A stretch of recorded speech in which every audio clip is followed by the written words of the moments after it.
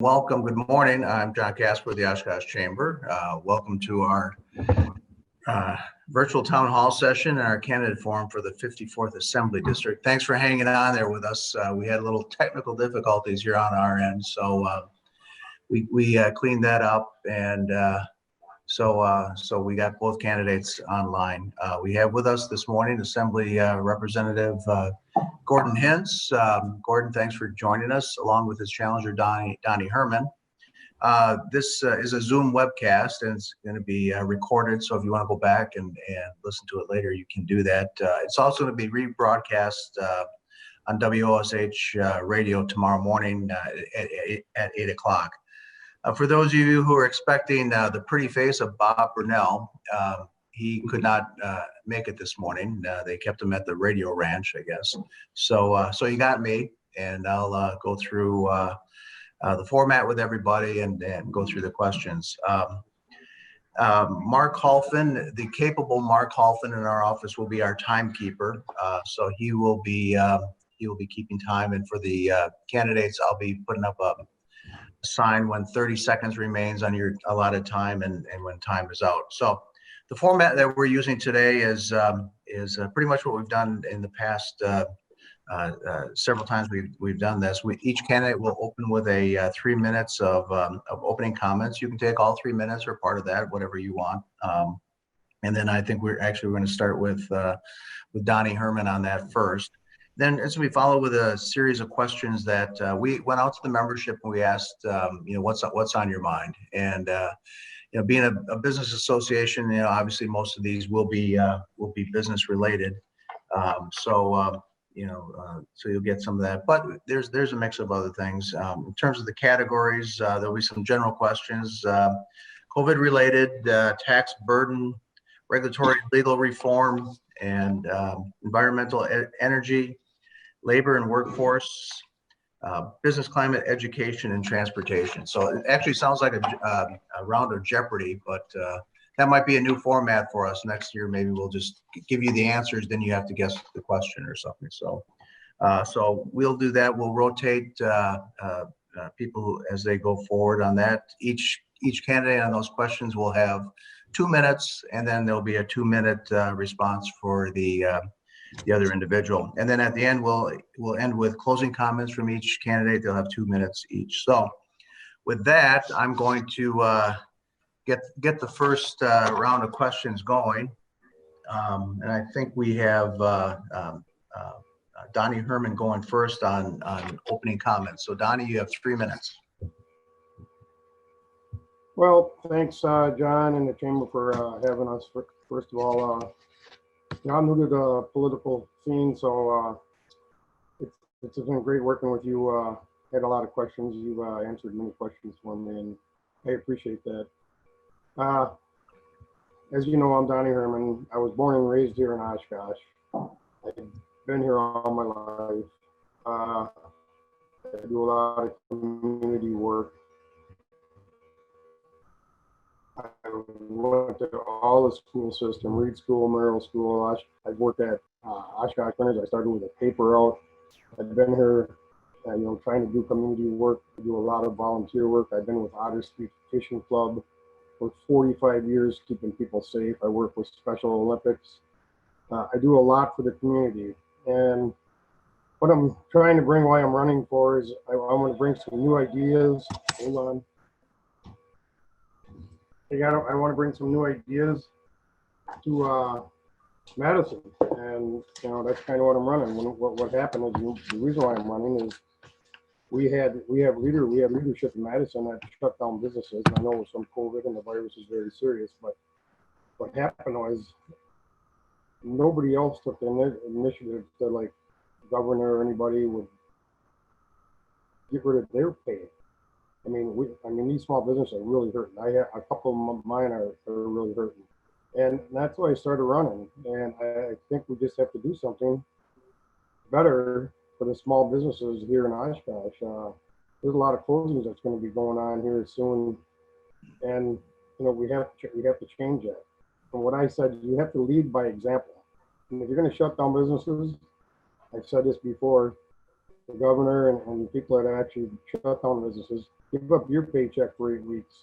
I think you'll change your mind on what they're doing. So I have many businesses here. You have to remember, a lot of times you can't make the payroll. I've been in that situation, and we have to change this. Even with COVID, we have to come up with some solutions so we cannot close businesses anymore. And that's kind of how I run. And we have to sit down and talk about it on both sides and see if we can solve this. We cannot wreck our economy. That's the reason why I'm running right now. Great. Thanks, Donnie. Gordon, 3 minutes. Great. Well, good morning. Thank you for the opportunity to get a chance to for the forum today to discuss ideas and our views and why we think we're the best candidate to serve the public in the 54th Assembly District. I'm Gordon Hintz. Been representing the state of Oshkosh in the State Assembly since I was first elected in 2006. It has been an honor to represent the people of Oshkosh.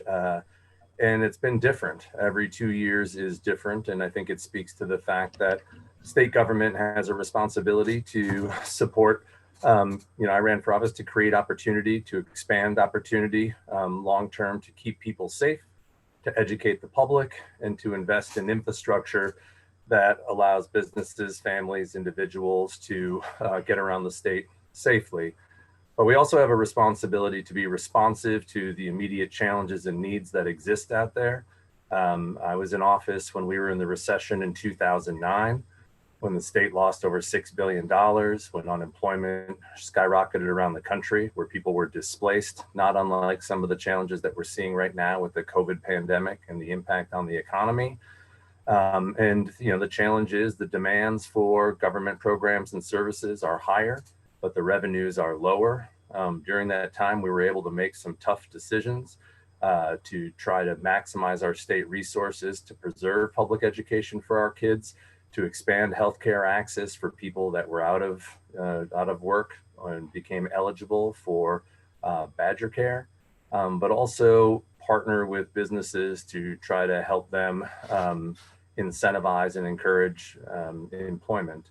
I was able to work with both Mercury Marine and Oshkosh Corp at the time to be able to incentivize them through job credits so that they would be able to hire. That was something that was important that we were able to work collectively on as a legislature to be able to help them secure contracts to get future employment. And those are the kind of things that we need to think about long term. Most of the focus in the legislature going forward in the next 2 years, like all of our lives, is going to be related to the COVID pandemic.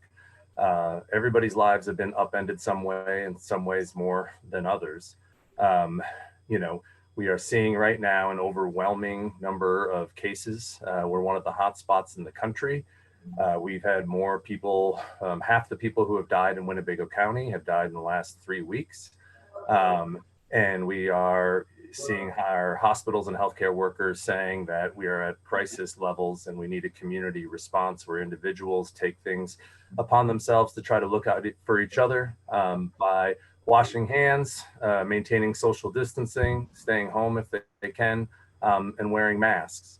There's not a magic wand that we can have to put this thing away. A lot of the choices are bad right now. We're seeing our kids' education disrupted as well, which is impacting parents' schedules. And so, we can't throw our hands in the air, but the state needs to be proactive. We do know that some businesses are more impacted than others. The virus is transmitted primarily. The highest risk is when you're indoors exposed to people for an extended period of time. That obviously is going to impact restaurants and bars and those businesses more. And the choices out there, if we're going to protect the economy, the broader economy, and preserve our hospitals to be able to care for people, not just with COVID, but with other injuries and infections, is going to be predicated on our ability to manage things. So, all right, great, thanks. We need to take it seriously. Right. And I hate to cut you off, but I want to get into the lightning round here of our program. But thank you for that. Now we are going to try to stay within our 2 minutes. Okay. We'll have 2 minutes for each of these questions. So, Gordon, since you have the microphone and it's hot, I'm going to start with you here. So What are the biggest problems facing the state, and what policies would you advocate to solve them? You have 2 minutes. Okay, well, obviously the first one is how do we balance the health crisis and the economic crisis? And one of them is immediate right now because we're sort of at a crisis stage, and we got to make sure that if we are going to have the kind of interventions that we're talking about related to capacity limits, that we're doing everything possible to get assistance to those businesses that are impacted.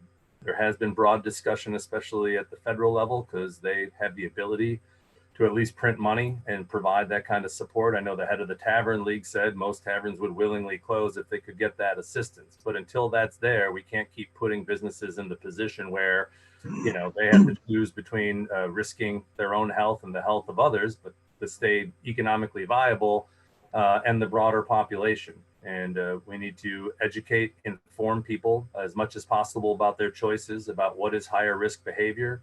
We need to expand testing to make it as accessible as possible going forward. We know a number of businesses. We know UW Oshkosh has demonstrated success in managing their initial COVID outbreak by getting more into the routine of providing tests so they can contain outbreaks from happening all over.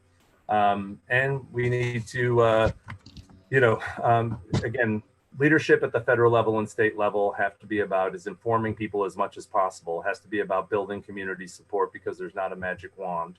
Beyond COVID, the biggest problems I would have said going forward, in which we can't lose sight of, are the fact that we are an older state. We have businesses prior to COVID, but long-term will be in the same position where they can't find enough employees. So we need to be able to recruit, retain, and attract people to come to the state.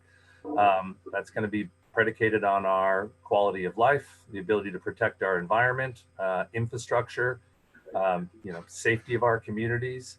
And there again, that's not an issue that there's a magic wand on, but that doesn't mean that government doesn't have a role to play. And we need to really be thinking about these things, because 5 years from now, when we look around, we're going to have more, the population is going to look a lot older, and businesses are still going to be struggling to fill a lot of those things. So in the short term, we need to stick together. We need to work together. We need to try to find ways to balance the economic and health crises, which are tied together, get our kids back in school, and be smart. And, long term, we got to worry about the image and marketing in our state. Right. We're at our time. Well, Gordon or Donnie, same question. Biggest problems facing the state, and what policies would you advocate to solve them?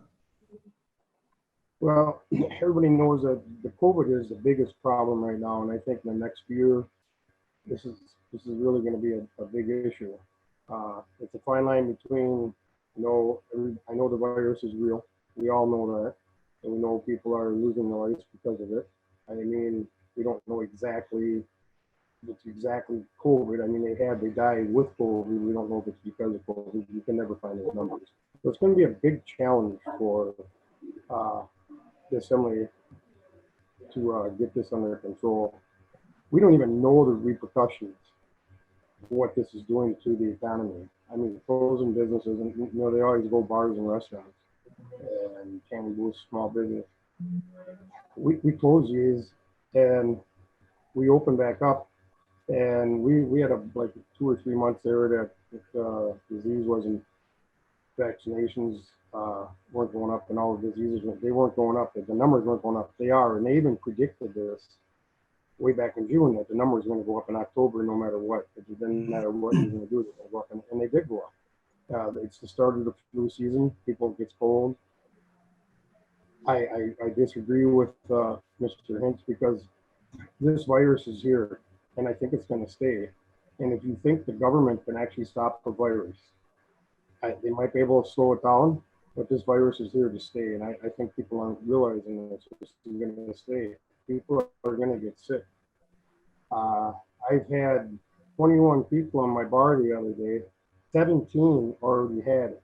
So are we going to lock down businesses? A lot of people are going to get it, and now they say that you can't get it again. But now they're saying that you might be able to get it again. They only have like one confirmed case of that.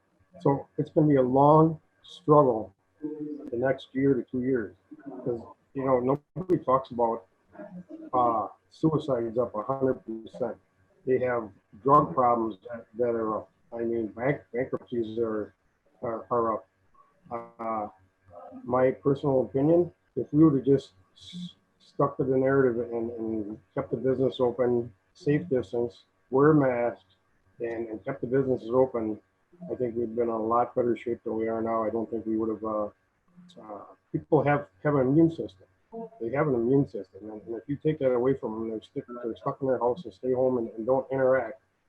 That's a big social issue, and we don't even know. Like I said, we don't even know the repercussion that's going to happen in the next. All right. Well, we hit our 2-minute mark, and I gave you each a few more seconds. So I'm going to be a little more of a stickler moving forward here. So I don't have a mute button, but you know, so you know, try to be respectful for that. You probably should have a mute button, maybe. Yeah.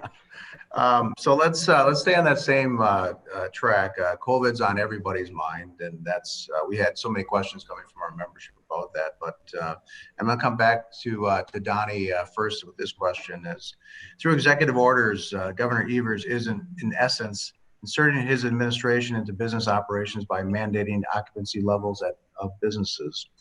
At a 25% threshold, many bars, restaurants will be unable to profitably operate or even cover costs. Do you support Governor Evers' actions, and would you please discuss that? And you have 2 minutes.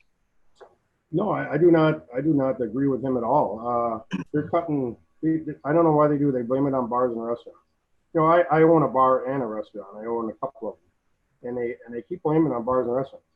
Well, he doesn't realize with the COVID and the fear factor that they have with the media, we're down 70%. I can tell you there's restaurants in Oshkosh that are down 70%. So if you take 1,000 people a week, if he serves 1,000 people a week, and now he's down 70%, we're serving 300 people. And they're still blaming the bars and restaurants for spreading the disease. And they're trying to tell me that you ever watch Quick Trip or gas station, I'm not saying whatever gas station, you have to wear masks. And they say people aren't wearing masks. They are wearing masks. I wear a mask when I go to Menards or Fleet Farm. Just watch. Just go fill up your fuel tank and watch them go inside. They pull out of their pocket their mask. It's probably been breathed through before. It probably hasn't been washed. They put it on. Right behind them, another person comes, pulls the mask out of their purse, grabs the handle. And I watched it 100 times, and it keeps saying that the bars and restaurants are the cause of it. Like I said, I had 20-some people in my bar. 17 already had it. So they're not gonna pass it on to someone else because they already had it. And you know, so we have to do something. I know we're always blaming the small businesses, but what about the big business? There's bars took it and restaurants took the initiative to close their bars when they had an employee do this when they had COVID. I've never heard of Menards or big business or corporations or any big gas station. And they had many cases, employees with COVID. They've never closed. Actually, the bars and the restaurants, many have closed for a week and sanitized. You haven't seen that in big business. They just move people around. That is our time. Gordon, comment on 25% threshold. You support the governor's action, and could you talk about that? I mean, well, I would prefer that we didn't have to have any government action, that we as a public could rally together, demonstrate some resilience and strength to take it upon ourselves to, you know, do best practices, to be safe, to be aware of, you know, what the highest risk behavior is. But we still hear people saying that it's a hoax, that it's just like the flu. And we have leaders and advocates showing up and still saying the same thing. And as long as that happens, we're going to be in this position. We have businesses begging for action to do something about the crisis moment we're in right now. We have hospitals and healthcare workers saying that we're at the breaking point and they're being ground down. You know, Republican governors in Texas, in Georgia, they initiated the capacity with far less controversy earlier, the 25% capacity limit. In Arizona, they were able to implement it recently for, you know, shorter period of time to be able to get the numbers down. And I think that is the most immediate action that we have right now. Here's what we know. The most risky areas are prolonged exposure. In other words, the severity of the infection is predicated on how long you are exposed to it. So if you are indoors for a sustained period of time, And of course, if you have to remove your mask to drink or eat, it's unfair. But the reality is that's why those places are the highest risk areas, not because of anything else. If you're moving freely, if you're not next to somebody the whole time, there's sort of riskier behavior and not. And I think we need to do everything possible to try to minimize those losses. Look, it's gut wrenching. I have friends who are going to lose what they've spent their time, building over their life. I know there are going to be closures in the winter. We didn't have any. We were the most open state in the country, the second most open state after South Dakota this summer. No rules, no regulations, no mandates. But I can tell you business was still 60% down because people aren't going to come back until it's safe. So until we can contain the virus, and that might mean short-term pain, we're not going to be able to try to have long-term success. We're not going to get our kids back to school. We're not going to be able to support the economy. That was your time. I'm going to stay with you now with this question. It's COVID related, so keep that thought there. Gordon, do you support providing employers with immunity from COVID related lawsuits unless they knowingly violate a public health order or engage in intentionally reckless conduct? And would you discuss that? Yeah, I do not support blanket immunity. Again, I don't think we have seen a whole lot of these cases yet. Obviously, it's complicated in terms of when or where people are getting infected. With the meatpacking industry earlier, we saw a disproportionate number of cases where infection spread because of the close working conditions, the practices that were not implemented, and the impossible situation of having a 8 to 12 hour shift standing right next to somebody. Because that's how they've always done things. So each case is different. I certainly wouldn't want there to be an abundance of frivolous cases, but the reality is right now, the last thing that we want is to disincentivize employers from taking the best practices necessary. Most responsible employers are taking the steps, are spending additional resources, are trying to reassure the public of the safety measures. And of course, think of John Menard at Menards. I mean, he put masks in early because he wanted to protect against liability, because he wanted to keep his staff safe, and he wanted to send a sign to the public that it was safe to shop there. So, in many ways, you don't want to remove that from folks that may not want to have those kind of protections because there's no consequences for them. All right, Gordon, Donnie, same question. Immunity for employers. No, I didn't hear the question. Do you support providing employers with immunity from COVID-19 related lawsuits unless they knowingly violate a public health order or engage in intentionally reckless conduct? Yes, I support that. So we don't have these frivolous lawsuits also. I just, there's a really thing with the virus. They try to prove where you can get it from. I don't think that's possible. I really don't think a lawsuit would even win. How would you know? It'd be like a cold or the flu. You actually don't know where you get it. You could pick it up anywhere. I know they say it's airborne. You know you were in contact with someone, but you don't know if you were in contact with someone else a couple of days earlier that had it. So I would protect the manufacturers in any business, so they would not have to worry about a lawsuit if they contact. Some of the manufacturing people are actually, their employees are taking advantage of them because of this virus. You don't hear this on the news. People are getting tested, and they come in on a Monday and they tell them that they were exposed to someone with COVID. They go get tested. They wait 4 days. The companies are actually paying them, maybe not the full price, but half price or 2/3 of their salary, and nobody talks about this. I'd be willing, manufacturing places are losing hundreds of millions of dollars because of this, and that's why a lot of people are getting tested, because they actually get off from work. I've been in a manufacturing plant, and I've worked in where we had 400 people, and if they can take advantage of something, a lot of people will. Not all of them, 80% of them probably don't, but there's probably 20% that actually, I know a couple people have already had that. So that's a big issue also that's never talked about. I mean, people go and get tested just to get off from work. And nobody talks about it. You never hear about that at all. You have to actually talk to the CEOs of the manufacturing. And they went out of their way to where if they do get tested or if they even get tested positive, they actually pay their wages. Great. I never Thanks, hear about Donnie. it. Thanks, Donnie. Let's move on to a little happier subject, the Wisconsin's tax burden. And Donnie, this first question will be coming to you. Do you support maintaining the property tax cap on local governments? Do you support levy limits? If not, what changes would you propose, and would you please discuss that? You have 2 minutes.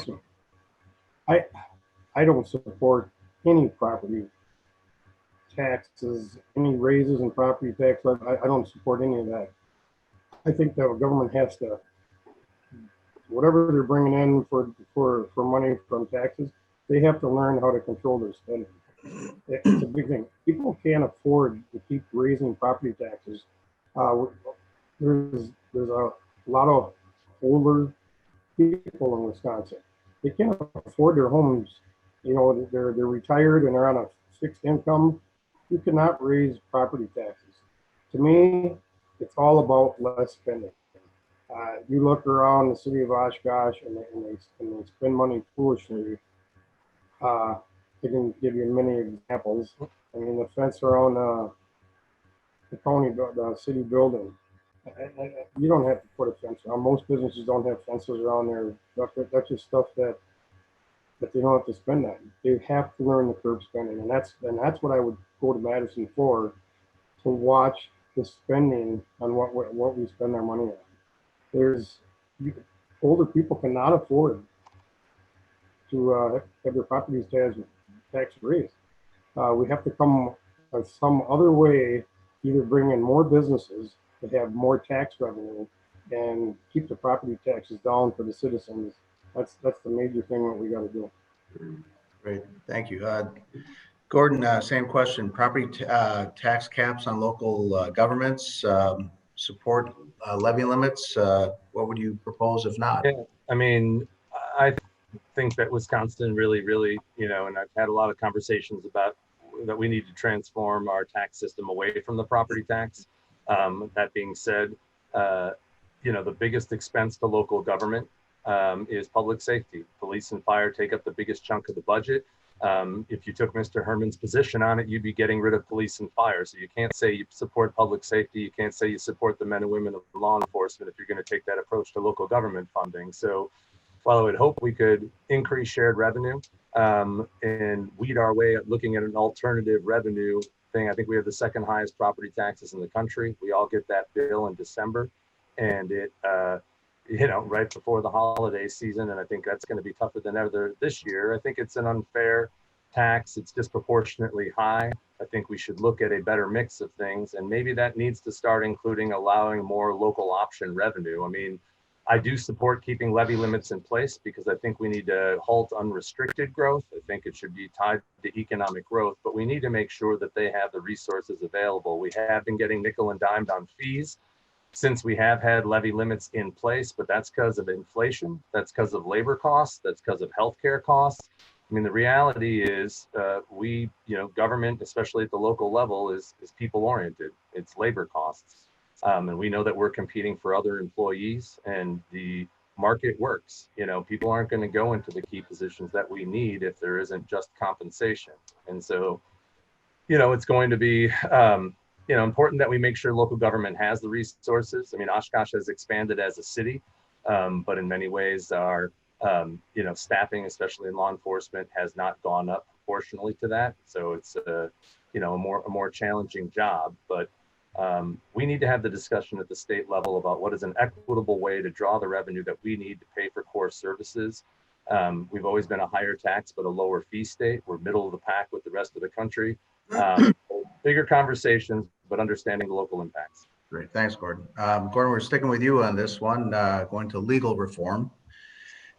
We've seen this all over the country, and Wisconsin has not been immune. We've seen it in Madison and Kenosha have experienced destruction caused by peaceful protests and resulted in a call for defunding law enforcement. Do you support this, and would you please discuss your position? No, quite frankly, while I do support peaceful protests, violence and property destruction, especially random, have no place in those, and I think do undermine, the cause. And it is a complicated time out there, and we can't ignore the issues that need to be addressed out there. But we are asking more and more of the men and women that are on the front lines in law enforcement, well beyond what the original core mission had to do. They're expected to be social workers. They're expected to, do their job to keep the public safe. I've done ride-alongs with our local law enforcement where, some of the things that we end up responding to, I, couldn't imagine. And so if anything, we need to make sure that we're providing the support for them to be able to better do their job. Most of my exposure is with the city of Oshkosh. I talked to Chief Smith quite a bit about these bigger issues that are more complicated. The issues of racial injustice aren't going to be solved with a magic wand or a single decision of government, but we need to make sure that our systems and our practices and our rules and laws don't disproportionately impact people of color, and that we can, continue to work to reduce the kind of situations that occur that lead to that kind of escalation. Our city's been proactive by having body cameras, which protect both the officers and the public. I'd like to see that implemented statewide, to, again, mitigate against the kind of situations that have led to that. So, no, I think some of the calls for reforming police practices are also supported by the Statewide Police Association, of which I was their legislator of the year in 2016. And I look forward to working with law enforcement to address a lot of the issues that are out there. And I certainly, want to do everything to keep our communities and businesses safe. Great. Donnie, back to you. Call for defunding law enforcement. Your thoughts. Well, I back the police 100%, and I know the chief here very well. I just tell everybody, I have a lot of friends, and all my friends, they're with good character, and you might have a few bad apples, but in Kenosha, what happened in Kenosha should have never happened. You can have a peaceful protest. There's a very simple solution, and I don't know why we don't use it. We have the capability. We have fire trucks, and you can put them full of water. When you have a protest that gets out of hand like that, all you have to do is take fire trucks. You can see it. Other countries do it. Spray them with water. It doesn't hurt them. It doesn't do anything. We could have broke that up. I haven't been to Kenosha. I've been to Madison. It is disgrace that the Capitol building is boarded up. State Street is boarded up. It should have never happened. They could have stopped that just with fire trucks. It was a simple solution. Don, my name is Joe. And I tell people, ride along with the police. I know a lot of them. Ride along with them and see what they have to deal with. The racial injustice and domestic abuse. It's a big deal. The police right now are on eggshells. They are totally on eggshells. If they have someone, it doesn't matter whatever it is. If someone runs, they can't even chase them anymore. They just stop, and they have to stop. We have the police on their toes, and I think that is wrong. I think it's more like, instead of defunding the police or giving the police, maybe you should probably take care of the kids and the issues that we have and raise them better. And because if you have good morals, you actually you'll never even contact the police unless you have a traffic citation or something like that. That's what we have to do. We got to focus on that. I think the police are doing a wonderful job, and it's more to the society and what they got to deal with, and their hands are tied right now, and we have to help them. They're desperate. A lot of police are moving along with different jobs. Thanks, Donnie. We're going to stay with you with the next question. Do you support maintaining Wisconsin's right to work law? And could you discuss your answer? Yes, I agree with the right to work law. I don't think that should be changed at all. I worked in a manufacturing plant for 25 years. And when I started there, I actually had to join a union. I didn't want to join a union, but I had to, because that's what it was. I thought myself, and I know a lot of people feel this way, they can probably move up the ladder just by themselves, and I don't need that. I don't think they can make you join an organization or a union. It's up to the individual if they want to, and I support that 100% that it's your decision if you want to join an organization or a union or whatever you want to do for that company. There's many people that don't join a union and then they move up the ladder. I went into management and I moved up the ladder because if I would have stayed in the union, I would have just stayed there and I've been stuck there. So I support it. Right to work, 100%. Gordon, back to you. Right to work law in Wisconsin.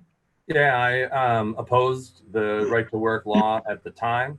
I think it again leads to a race to the bottom and lowers wages overall. If you look at the, building of the middle class in this country, the expansion of the labor movement was a big part of getting family supporting wages and benefits and improved working conditions, for all, all workers, especially in manufacturing. And when you look at right now, what's happening with income inequality, with the erosion of the middle and lower middle class jobs, and in this environment right now where we see some safety conditions where people have to choose between a job and their health, having employees have an opportunity to sit at the table and to get into capture some of the benefits of their work in terms of pay and benefits everybody, because we see a ripple effect then on wage growth. In fact, this is one of the answers that we see out there to economic opportunity and to making sure that we have an economic environment that provides the kind of pay and benefits that make this an appealing state. So, I mean, there are trade-offs with being a right to work state, and there are benefits to having workers have a seat at the table. I mean, Oshkosh Corp is able to get certainty when they sit down with the union to extend the contract when they're making bids, for future contracts. We also see in many of our labor unions, especially in the building trades, they provide the in-house training to make sure that the quality labor that they have is the best in the business. The idea that you would have people that would be able to opt out but still get the same benefits and protections kind of violates the whole team concept. So I would highly suggest we look back to the erosion and decline of labor unions and what the impact on wages and benefits and income inequality is. I think people should have the right. I think we should consider what the better impact for the economy is, and I think this is a step backwards. Okay, great. Thanks, Gordon. Let's stay with you, and let's still keep on wages. The state minimum wage. Do you support raising the state minimum wage? If so, to what level? And would you please discuss that? Yeah, I do support raising the state minimum wage, certainly over its level now, which is the federal level. I realize that many workers don't. I think, last check, it was about 200,000 people in the state make the state minimum wage, but that probably has changed as we see with the labor shortage, wages ultimately rise. But it's important to have a floor to make sure that people can earn enough money to be able to spend that money in their community. It's ended up being a stimulus in many communities that have.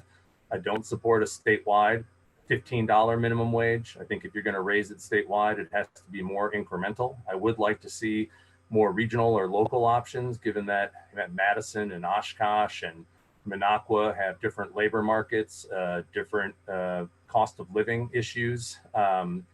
But certainly there's room for growth to take it up to $10 an hour, and that would bump up the wages provided to people that are already making that amount. But I'd want to do it carefully. I'd want to do it incrementally, but we've fallen behind our neighboring states in the fact that we are at the minimum, again, is ultimately bad for our economy.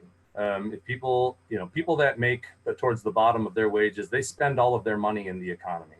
They're not saving, they're sort of at the bottom. And so if you want to look at a stimulus to pump money into the economy, increasing the minimum wage even slightly to impact those workers directly and to bump up the other workers would have a meaningful impact. The idea that you can live off $8 an hour, $7.25, $7.85 an hour, compared to what the minimum wage was originally, the purchasing power of that has led to a minimum wage that has really never been lower. And I think fundamentally as a society, we have to ask ourselves if that's fair or not. Okay, great. Donnie, same question. Minimum wage, right level, your thoughts? I really think we could probably bump up the minimum wage a little. It is a little low. I don't agree going to $15. businesses will work around that if that would ever happen. If you can see in Seattle, if you go to McDonald's, it's all robotic, and they got actually you lose employees when you do that because the business they will do whatever they can to make money. And just when you do raise the minimum wage, it goes to everybody. Businesses aren't gonna, if you have to pay your employees more, they're gonna raise their prices on products, and that it's a ripple effect is what will happen. And most of it will come from the middle class because they're gonna raise whatever product they're making. They're gonna raise the compensate for the raise. And wages are, everybody's telling me wages are down. Wages are up. I'm trying to find a mechanic at my shop for the last 6 months. I'm offering people $20, $25 an hour. And there's jobs, roofing jobs, and jobs that are offering $25, $30 an hour. Welders, $30 an hour. So when they tell me that wages are down, wages are way up. I mean, when I started my career, we made $1.65 an hour. You work your way up. When you start young, that's where you get your momentum and your drive is to make more money, better education. But wages aren't down to me at all. I mean, you can go to a manufacturing place right now, Oshkosh Trucking, you can start out at $18, $19 an hour, which is a very good wage.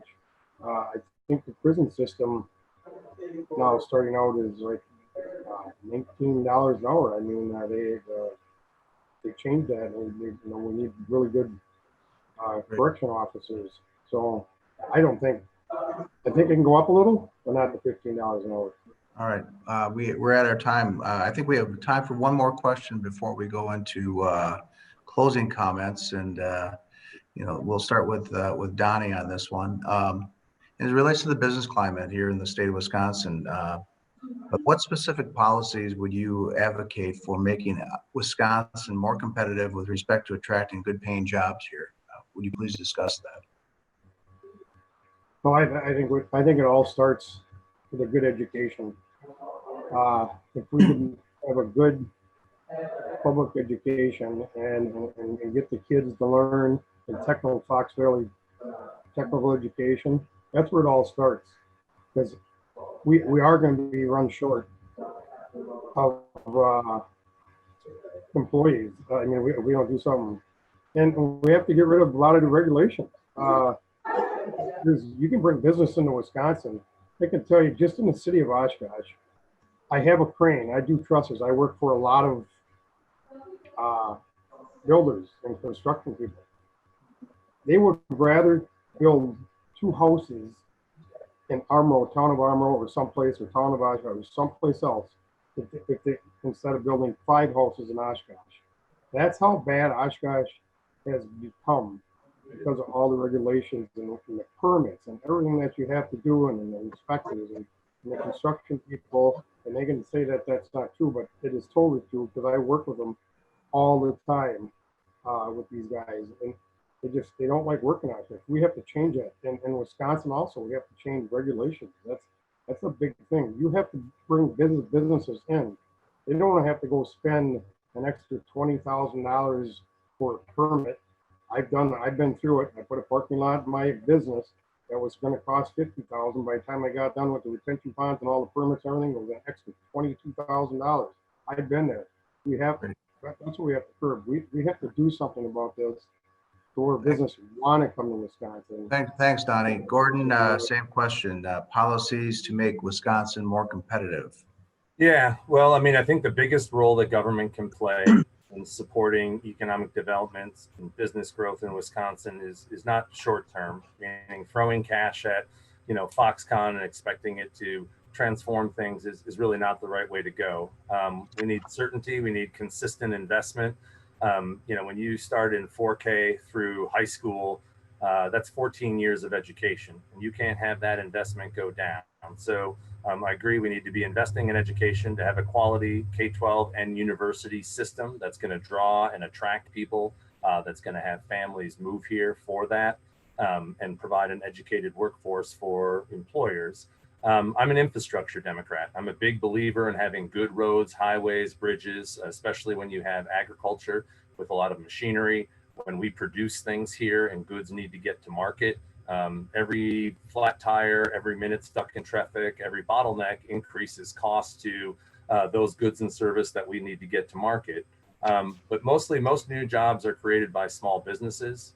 We have lagged behind other states in terms of new startups. And so we need to look at what we can do in terms of incentivizing and encouraging and providing support and providing perhaps a one-stop shop to make it easier to create small businesses and to grow those small businesses. But the big one is going to be on quality of life. I mean, you need to make it a desirable place to live. We have said people is a major obstacle. I can't introduce a bill to get everybody to move here, but the environment, schools, quality communities is going to matter. Okay, great. Thanks, Gordon. Okay, now we're in our closing comments section. And since Gordon spoke last, I'm going to have him go with his closing comments. 2 minutes for closing comments, and we'll start with Gordon. Well, thank you, and thanks for the opportunity to speak to the public, to talk about these issues, to make our case before at least the remaining number of voters get a chance to vote to the polls. It has been an incredible opportunity to represent my hometown in the legislature.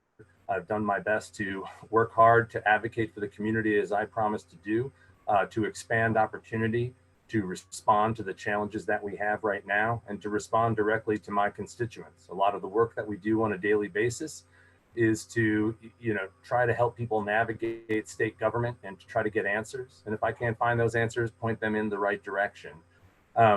Big investments, like I mentioned in my last answer, in infrastructure and education and an opportunity and in healthcare are going to be things that I'm going to continue to prioritize. All of the decisions that I've made have been grounded in the values of opportunity, fairness, equality, accountability, personal privacy, and will continue to do so.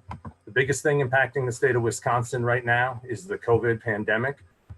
We can't be passive in this. We need to be realistic about the trade-offs. We have to recognize that some businesses have been taking the brunt of this while others have been, impacted less. But we have a healthcare crisis that isn't going to wane until we contain it.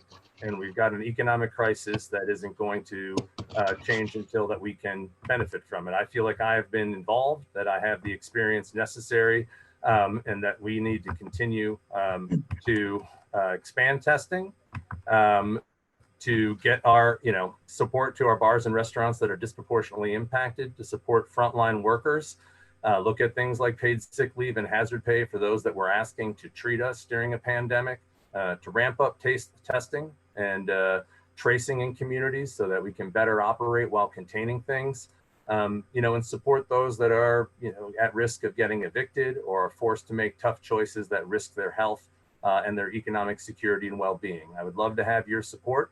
Anytime you vote, early voting is here through October 30th at City Hall, 8 a.m. to 4 p.m. You can go down there now and bring a photo ID if you need to vote. If you need to register, make sure you bring a photo ID and proof of residence. I'd love to have a high turnout to make sure everybody's participating in this important election. And I would also love to have your support and promise to earn it with my work over the next 2 years. So great. Well, thanks. You stole my closing. Thanks a lot. I appreciate that. Don't say it again. But Donnie, you got 2 minutes. I'll give you a few more extra time. Sorry. Closing comments. People should vote for me because, I want to bring back trust in government.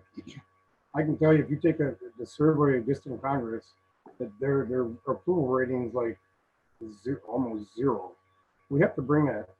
And I think it's time for a new blood and new voice in the state assembly. We need some small business people in here. We don't need career politicians. I believe in term limits wholeheartedly. I really don't think that a politician should make it a career. There should be term limits. I agree with that 100%. I don't know what the term limits can be. I mean, the president's got 8 years. We have to set something up, because every time you have a career politician, they get stagnant. and people come in and get new ideas. And I'm all for new ideas. I could probably go to Madison and bring up new ideas that some people don't think of. And as a small business owner, I understand how government decisions can affect us. I just want to make sure those decisions don't put people out of business, which it has in the last decision in the spring. You know, there's a lot of people that they don't know what a payroll is. You have to go to the bank and borrow money to make your payroll because you had a bad week or something happened or you broke a piece of equipment. And the government doesn't even know that. They just, well, if that did, we'll just raise taxes. And the lastly is saying we have to protect our constitutional rights. I mean, with this virus, they're really stepping on the line about our constitutional rights, and especially our Second Amendment rights.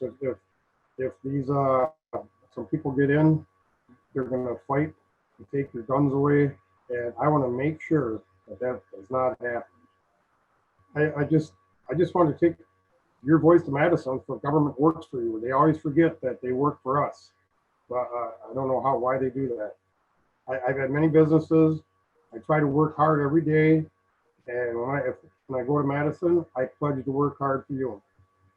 We can change this and have less taxes.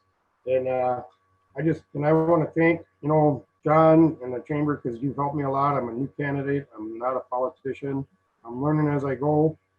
But like I told someone, many years ago, I never learned how to pull out a vehicle out. I went there and we tried to pull it out, and we got better and better and better. And that's what I do. And that's what I do. I can go to Madison, figure out the problems, and try to change them.